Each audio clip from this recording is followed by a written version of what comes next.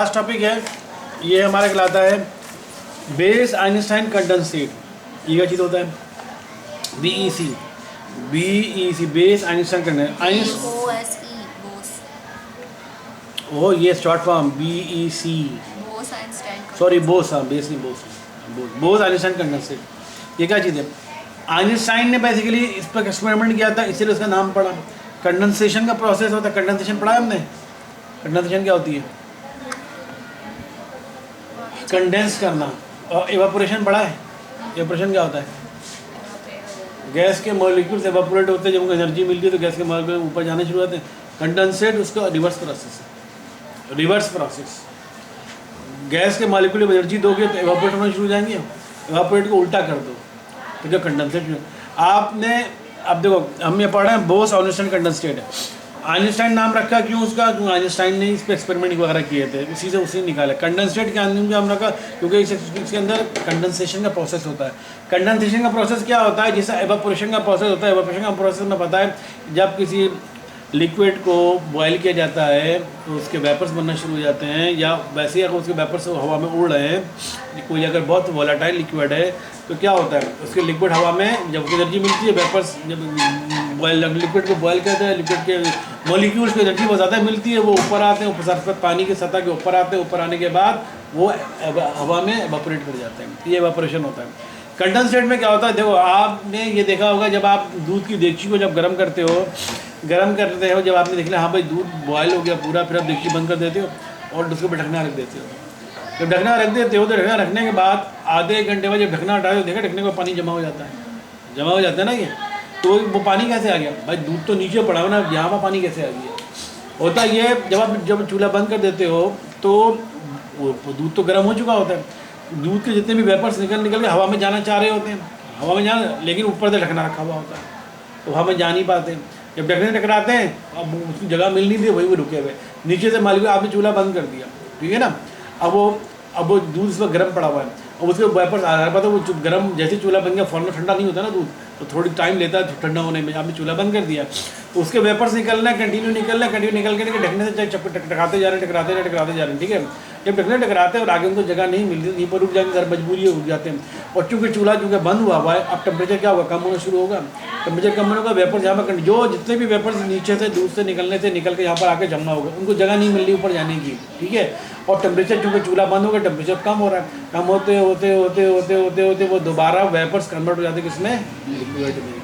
Liquid बन जाता है। अब वही वेपर जो होते हैं, जो यहाँ पर जो जमा हुए थे उसके ढकने के ऊपर, वो वेपर्स में कन्वर्ट हो गया। वही जब आप ढकना हटाते हो, देखते हैं यहाँ पर पानी हमारा होता है, ढकना हटाते हो पानी गिरना शुरू हो जाता है। वही वेपर से जो उनको जगह नहीं मिली तो यहाँ पर जाके जमा होना शुरू हो गए, क्योंकि टेम्परेचर कम होना शुरू हुआ। आपने चूल्हा बंद कर दिया था, टेम्परेचर कम होता कि वो वेपर्स कन्वर्ट होते गए किसमें? दोबारा वाटर में कन्वर्ट हो गया। वाटर से निकल के वेपर्स में कन्वर्ट हो रहा था, वेपर से कन्वर्ट होकर दोबारा वाटर में कन्वर्ट हो गया। तो वाटर से वेपर्स का निकलना क्या कहते हैं? एवापोरेशन। और वेपर से दोबारा वाटर में कन्वर्ट हो जाना क्या कहलाएगा? कंडेंसेशन। समझ आ गई? अब क्या हुआ, आने दो साइंटिस्ट से एक, अच्छा ये बोस है बेसिकली, बोस और आइंस्टाइन। बोस साइंटिस्ट का नाम है, आइंस्टाइन भी साइंटिस्ट का नाम है। दो साइंटिस्ट थे, साइंटिस्ट का नाम है बोस एंड एल्बर्ट आइंस्टाइन, तो उनके नाम पर रखा हुआ बोस आइंस्टाइन कंडेंसेट, ठीक है। बोस साइंटिस्ट का नाम है, आइंस्टाइन साइंटिस्ट का नाम है। दो साइंटिस्ट है, उन्होंने तजुर्बा किया, डिस्कवर किया, एक और स्टेट, मैटर की एक और स्टेट निकाली। अभी होगी कौन सी? छठी स्टेट और पांचवी स्टेट। हमने पहली स्टेट हो गया, एक और मैटर की स्टेट को, सॉलिड, लिक्विड, गैस और प्लाज्मा हो गई। अब ये चार स्टेट, पांचवी स्टेट है जिसे जो उन्हें डिस्कवर करना चाहिए।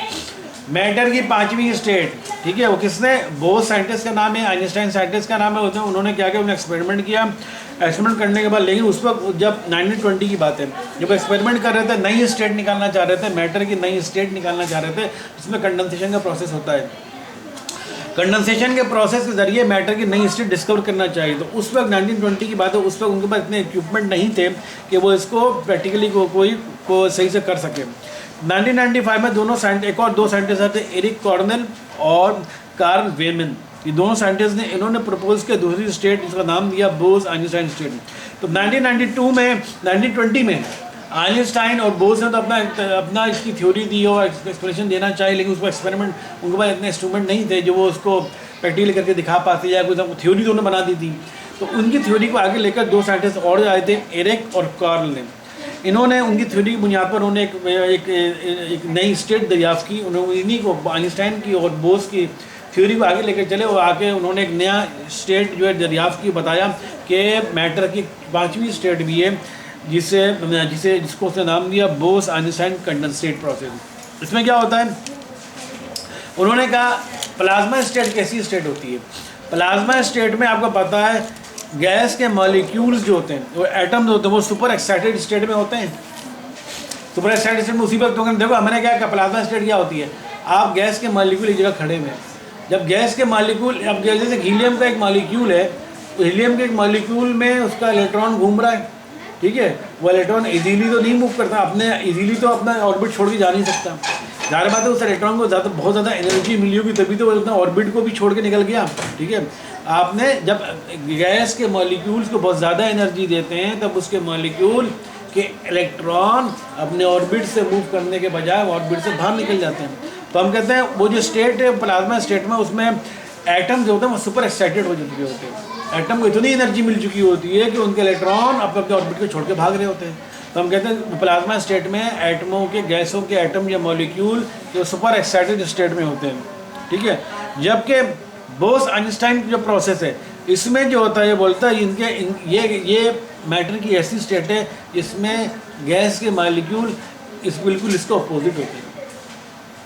प्लाज्मा स्टेट में गैस के मॉलिक्यूल सुपर एक्साइटेड स्टेट में होते हैं। सुपर एक्साइटेड स्टेट में क्यों होते हैं, इस वक्त जिस हवा में गैस मौजूद है, इस वक्त ऑक्सीजन गैस में मौजूद होगी, कार्बन डाइऑक्साइड में मौजूद होगी, लेकिन आयन की सूरत में कोई नहीं होगा, नॉर्मल गैस की सूरत में होंगे, ठीक है। और जो टेम्परेचर है उस टेम्परेचर पर उनके इलेक्ट्रॉन में इतनी पावर नहीं मिल रही, इस तरह से कुछ ना कुछ टेम्परेचर है। इतनी गर्मी क्यों ना पड़ जाए जितना हमारे शहरों में गर्मी पड़ती है, लेकिन ऐसा तो नहीं होता कि बहुत ज़्यादा गर्मी पड़ गई, जितने ऑक्सीजन के एटम थे ऑक्सीजन के एटम में सारे इलेक्ट्रॉन निकल के ऑक्सीजन जो आयन में कन्वर्ट, ऐसा तो नहीं होता। लेकिन हम जो है, हमने तो बताया था क्रूक्स ट्यूब एक्सपेरिमेंट में या डिस्चार्ज ट्यूब में हम जो इलेक्ट्रोड लगाते हैं उसको इतनी ज़्यादा हाई वोल्टेज पोटेंशियल देते हैं, हाई पोटेंशियल देते हैं, उसके नतीजे में उस क्रूक्स ट्यूब या डिस्चार्ज ट्यूब के अंदर मौजूद गैस के जो मॉलिक्यूल्स हैं वो आयन में कन्वर्ट होना शुरू हो जाते हैं, बहुत तेज़ी से इलेक्ट्रॉन निकलना शुरू हो जाते हैं। जब आयन में कन्वर्ट हो गया इलेक्ट्रॉन निकल रहा है तभी आयन में कन्वर्ट हो रहा है। तो ये हम कहते हैं प्लाज्मा स्टेट एक सुपर एक्साइटेड स्टेट है एटम की। जब किसी एटम को, किसी मॉलिक्यूल बहुत ज़्यादा एनर्जी मिलेगी तभी वो उसके इलेक्ट्रॉन बाहर निकलेंगे, अदरवाइज बाहर नहीं निकलते, वो अपने ऑर्बिट में घूम रहे होते हैं। तो जब इलेक्ट्रॉन को बहुत ज़्यादा एनर्जी दी तो मतलब सुपर एक्साइटेड स्टेट हो गया, ये देखते हैं सुपर एक्साइटेड स्टेट कहलाती है। अब वो तो बन गया हमारा प्लाज्मा। इसका अपोजिट होता है Bose Einstein condensate. Bose Einstein condensate बिल्कुल इसका उल्टा होता है, यानी आप गैस के मॉलिक्यूल की एनर्जी ज़्यादा करने के बजाय क्या करें, उल्टा का मतलब कम कर दें। प्लाज्मा स्टेट में क्या कर रहे हैं, आप बहुत ज़्यादा एनर्जी दे रहे हो तो गैस के मॉलिक्यूल अपने इलेक्ट्रॉन, गैस के जो मॉलिक्यूल है उसका जो इलेक्ट्रॉन है उसको बहुत ज़्यादा एनर्जी मिली एटमों को, उनके मॉलिक्यूलों का इलेक्ट्रॉन अपने ऑर्बिट से बाहर चला गया, तो यह बन गया प्लाज्मा स्टेट। लेकिन बोस आइंस्टाइन कंडेंसेट ऐसी स्टेट होती है, मैटर की ऐसी स्टेट है जिसमें गैस के मॉलिक्यूल की एनर्जी इतनी कम कर दो, बिल्कुल उल्टा कर दो। अब जो स्टेट पैदा हो जाएगी ना, ये अब जो स्टेट पैदा होगी इसको कहते हैं बोस आइंस्टाइन कंडेंसेट स्टेट, ठीक है। और इसको कहते हैं सुपर कोल्ड एटम, यानी एटमों को आपने बहुत ज़्यादा ठंडा कर दिया। प्लाज्मा के स्टेट में क्या करा, एनर्जी दे रहे हो, एनर्जी देना तो सुपर एक्साइटेड स्टेट में चला गया एटम। लेकिन इस स्टेट में बोस आइंस्टाइन कंडेंसेट में या बीसी के अंदर आप एटमों को बहुत सुपर कोल्ड कर देते हैं, बहुत ज़्यादा ठंडा कर देते हैं, बहुत ज़्यादा टेम्परेचर कम कर रहे हैं आप, टेम्परेचर कम करते हैं तो यह स्टेट पैदा होती है, इसे कहते हैं बोस आइंस्टाइन कंडेंसेट, ठीक है।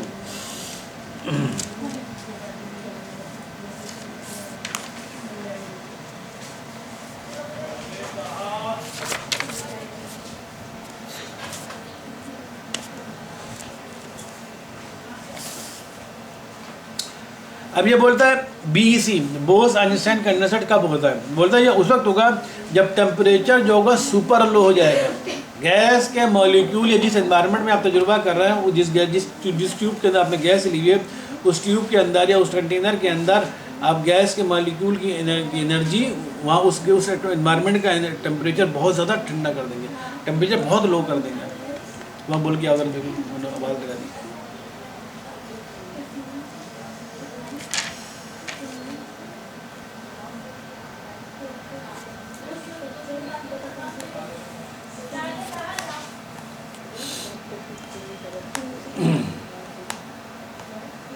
उनको बता दो बाहर बाहर है।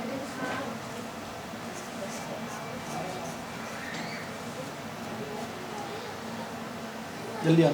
तो बोस आइंस्टाइन कंडेंसेट कब होता है? जब आप किसी गैस के मॉलिक्यूल की एनर्जी बहुत कम कर देते हैं या किसी गैस के मॉलिक्यूल्स का टेम्परेचर बहुत लो कर देते हैं, टेम्परेचर बहुत लो कर देते हैं। तो और कितना लो करते हैं? Absolute zero. एब्सोल्यूट ज़ीरो पढ़ चुके हैं ना, पढ़ा? एब्सोल्यूट ज़ीरो कौन सा टेम्परेचर होता है? 273 डिग्री, 273 डिग्री क्या?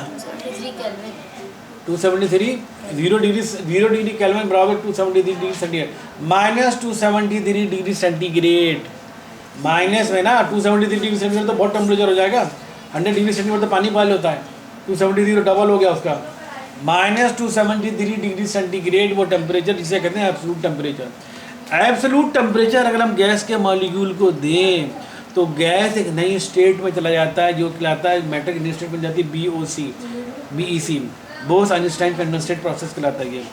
ये प्रोसेस ये होना शुरू हो जाता है एब्सोल्यूट। लेकिन ये क्या बोलता है, अब क्या हो, जब गैस के मॉलिक्यूल अचानक घूम रहे होते हैं ना, जब आप इतना टेम्परेचर कम कर दोगे माइनस 273 डिग्री सेंटीग्रेड, तो गैस के मॉलिक्यूल में हिम्मत रहेगी मूव करने की, सारे मॉलिक्यूल आपस में आगे फ्रीज हो जाएंगे, बहुत ज़्यादा फ्रीज रहेंगे। ठीक है, क्योंकि उनकी एनर्जी उन्हें ख़त्म हो गई है। इस एनर्जी खत्म होने चीज़ें में तो मैंने डायग्राम बनाई है जिसकी डॉट डॉट तो शो हो रहा है। ये तो बोला सारे मॉलिक्यूल गैस के आपस में आके चिपक गए। ठीक है, अब ये बोल रहा है कि ये स्टेट जो है ऐसी स्टेट, इस स्टेट को नाम दिया इन्होंने बोस आइंस्टाइन कंडेंसेट, और ये स्टेट पैदा हुई मैटर की नई स्टेट पैदा हुई। लेकिन ये स्टेट प्रैक्टिकली फिजिबल नहीं है, आप इसको प्रैक्टिकली देख नहीं सकते और प्रैक्टिकली कर भी नहीं सकते। जैसे मैं बता चुका माइनस 270 डिग्री सेंटीग्रेड आप लाएंगे कहाँ से? माइनस 270 डिग्री सेंटीग्रेड आप टेम्परेचर लाएंगे कहाँ से? नहीं लाएगा। आप इस पूरी दुनिया के किसी भी जगह चले जाएं, जो हमारे जो हम कहते हैं ग्लेशियर पिघल रहे हैं, तो ग्लेशियर में टेम्परेचर कितना होता था? -100 तक होगा, बहुत ज़्यादा, इससे ज़्यादा नहीं होता। ठीक है ना, क्योंकि वो बर्फ़ ही है ना, ग्लेशियर बनेगा क्या? बर्फ़ फ्रीजिंग पॉइंट पर आएगा, फ्रीजिंग पॉइंट पर आने के बाद वो बर्फ़ बनना शुरू हो जाएगा, और ज़्यादा बर्फ़ माइनस फ्रीज़र का हमारा जो डीप फ्रीज़र या फ्रीज होता है टेम्परेचर कितना होता है? बहुत ज़्यादा -15, बहुत ज़्यादा -25, -30 तक जा सकता है, -50 तक, -50 भी कर लो, बहुत हाई फाई आपने फ्रीज़र लिया हुआ, इससे ऊपर नहीं जाता। आप अंटार्कटिका चले जाओ, वहाँ टेम्परेचर चलो -60 कर लो, बहुत ज़्यादा -100 तक कर लो, आपको -270 डिग्री सेंटीग्रेड लाना है, अब कहाँ से लाओगे? आप ज़्यादा टेम्परेचर आप गेन कर सकते हो, क्यों? आपको चूल्हा चलाना है ना, तो टेम्परेचर बढ़ता जाएगा, लेकिन चूल्हा आपको जब नेगेटिव में जाओगे टेम्परेचर कम करना, वो कैसे करोगे? टेम्परेचर कम करना तो आसान नहीं है, टेम्परेचर बढ़ाना तो आसान है। मुझे किसी चीज़ का टेम्परेचर बढ़ाना है, मैं एक चीज़ को चूल्हे पर रख दिया, मैंने नीचे उसको चूल्हे पर रख दिया, आग लगा दी, और उधर टेम्परेचर बढ़ रहा है, जी बढ़ता जाएगा, मैं चूल्हे पर कंटिन्यू रखूँ तो बढ़ता जाएगा। लेकिन टेम्परेचर कम करना आसान नहीं होता, समझ आ रही बात है? टेम्परेचर कम करना आप कम कैसे करोगे? आपका नंबर प्रोसेस तो है कम करने के, लेकिन इतना टेम्परेचर कम करना कि -270 डिग्री सेंटीग्रेड पर चला जाए तो यह नॉर्मली आसान नहीं होता। तो जैसे बोले प्रैक्टिकली आप इस स्टेट को आप देख नहीं सकते, क्योंकि प्रैक्टिकली इसको -270 डिग्री सेंटीग्रेड पर लाना हमारे लिए मुश्किल है, लेकिन उन्हें एक थ्योरी में बयान की है। तो ये हम कहते हैं बोस आइंस्टाइन जो कंडेंसेट एक थ्योरी है बेसिकली, जिसमें पे स्टेट डेवलप हुई कि अगर गैस के मॉलिक्यूल का टेम्परेचर बहुत ज़्यादा केल्विन 0 डिग्री केल्विन यानी -273 डिग्री सेंटीग्रेड पर तक ठंडा कर दिया जाए तो एक स्टेट पैदा हो जाती है। गैस के मॉलिक्यूल आपस में एक खास शक्ल इख्तियार कर लेते हैं, खास स्टेट इख्तियार कर लेते हैं, वो स्टेट कहलाती है बोस आइंस्टाइन कंडेंसेट। ठीक है, तो ये चैप्टर आपका कंप्लीट हो गया।